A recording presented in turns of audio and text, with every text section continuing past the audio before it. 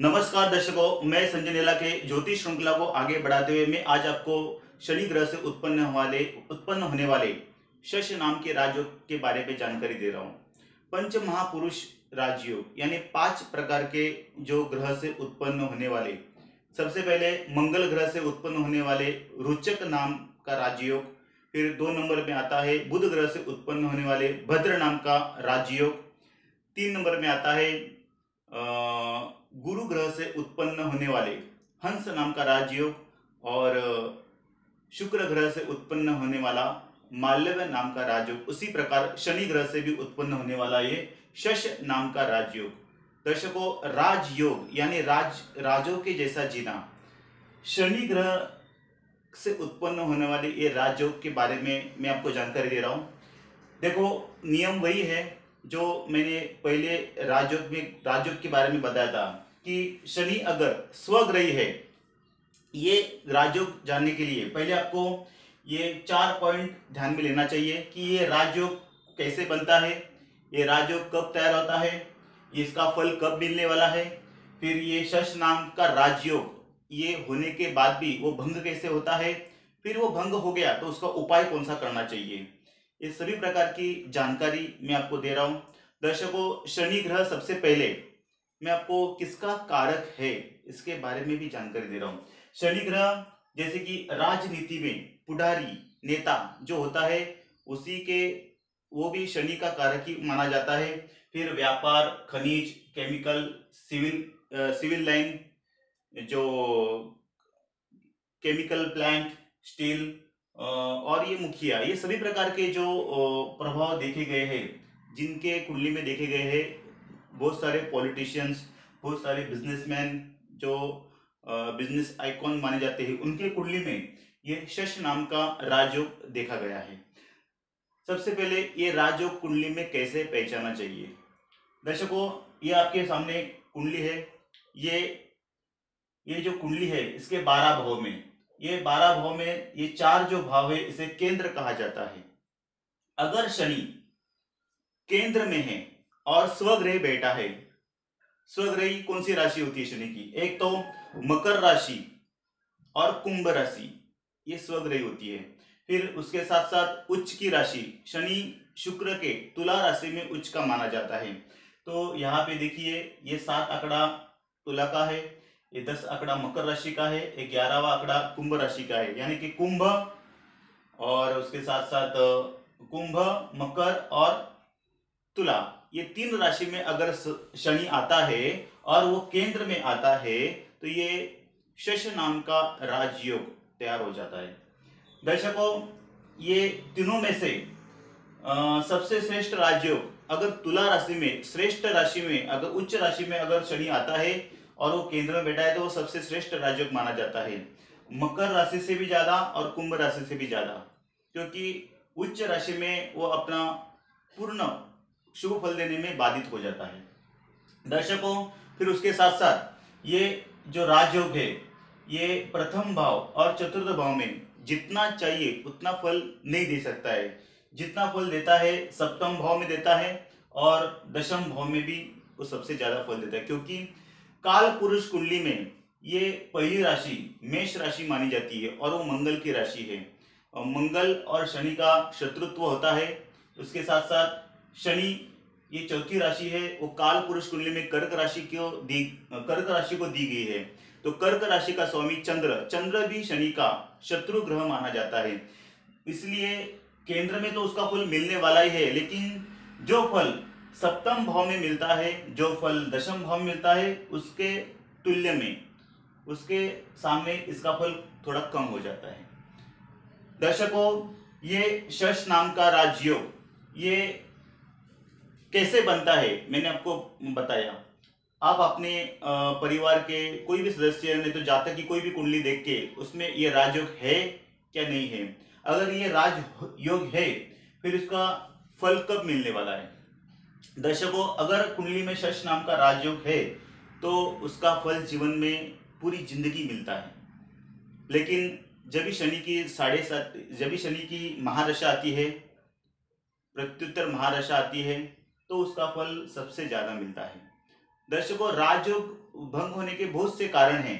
सबसे पहले कारण, शनि ये ग्रह एकांत प्रिय माना जाता है, इसलिए शनि ग्रह के साथ अगर कोई ग्रहों की युति हो जाती है, सूर्य, चंद्र, मंगल, ये ग्रहों की अगर युति शनि से अगर हो जाती है तो ये राजयोग जितना चाहिए उतना फल नहीं देता है, वो भंग हो जाता है। उसके साथ साथ अगर शनि ग्रह वक्री है तो भी उसका फल कम हो जाता है। फिर कुंडली के अंदर शनि ग्रह अगर सूर्य से नजदीक है, 2-4 डिग्री के अंतर में है, वो अस्तंगत हो जाता है, फिर भी उसका फल ना के बराबर होता है। उसके साथ साथ शनि ग्रह अगर पाप ग्रह नहीं तो शुभ ग्रह के दृष्टि में भी आ जाता है तो भी ये राजयोग का फल नहीं के बराबर हो जाता है। उसके साथ साथ अगर शनि ग्रह का बलाबल कम है, वो बाल अवस्था में है, नहीं तो वृद्ध अवस्था में है, मृत अवस्था में है, नहीं तो फिर 2 डिग्री, 5 डिग्री, नहीं तो फिर 27, 28, 29, 30 ये डिग्री में अगर शनि है तो भी उसका फल नहीं के बराबर मिलता है। क्योंकि शनि अगर ये फल देने का कार्य बाधित होता है तो उसकी डिग्री भी, उसका बल भी मजबूत होना चाहिए। 20 से लेके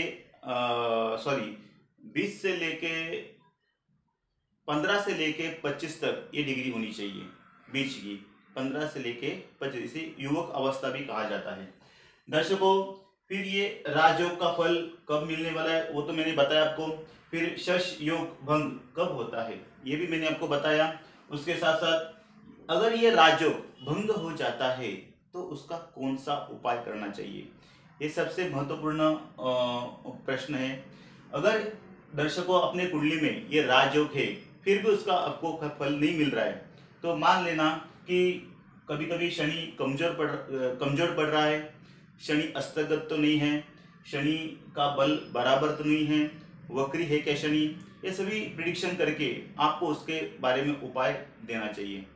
सबसे पहला उपाय है, अगर शनि का ये शश नाम का राजयोग अगर कुंडली के अंदर भंग हो जाता है तो आपको नीलम रत्न, शनि का रत्न धारण करना चाहिए। वो भी अच्छे ज्योतिष के सलाह से ही ये रत्न धारण करना चाहिए। सबसे पहले वो 4 दिन आपको अपने तकिया के नीचे रख के, नहीं तो अपने साथ रख के वो देखना चाहिए कि उससे कोई नुकसान तो नहीं हो रहा है। फिर अगर वो रत्न से कोई नुकसान नहीं होता है तो आपको वो रत्न धारण करना चाहिए। फिर उस शनि ग्रह का जाप भी आप कर सकते हो। एक बीज मंत्र है शनि का, ओम प्राम प्रीम प्रोम सह शनीश्वराय नमः, नहीं तो ओम प्राम प्रीम प्रोम सह शन्ये नमः। ये शनि का बीज मंत्र है, तांत्रिक मंत्र भी कहा जाता है इसे। फिर दूसरा बड़ा एक मंत्र है, ओम नीलांजन समाभासम रविपुत्रम यमागयम छाया मार्तंड संभूतम तन्नमामि शनीश्वरम। इस मंत्र का भी जाप आप कर सकते हो। 23,000 का जाप आपको करना चाहिए। शनि का रत्न भी धारण करना चाहिए, वो भी अच्छे ज्योतिष के मार्गदर्शन से। फिर ये सब देखने के बाद कुंडली में ये शश नाम का राग योग भंग हो जाता है तो अभी शनि के देवता शिवजी की भी उपासना कर सकते हो।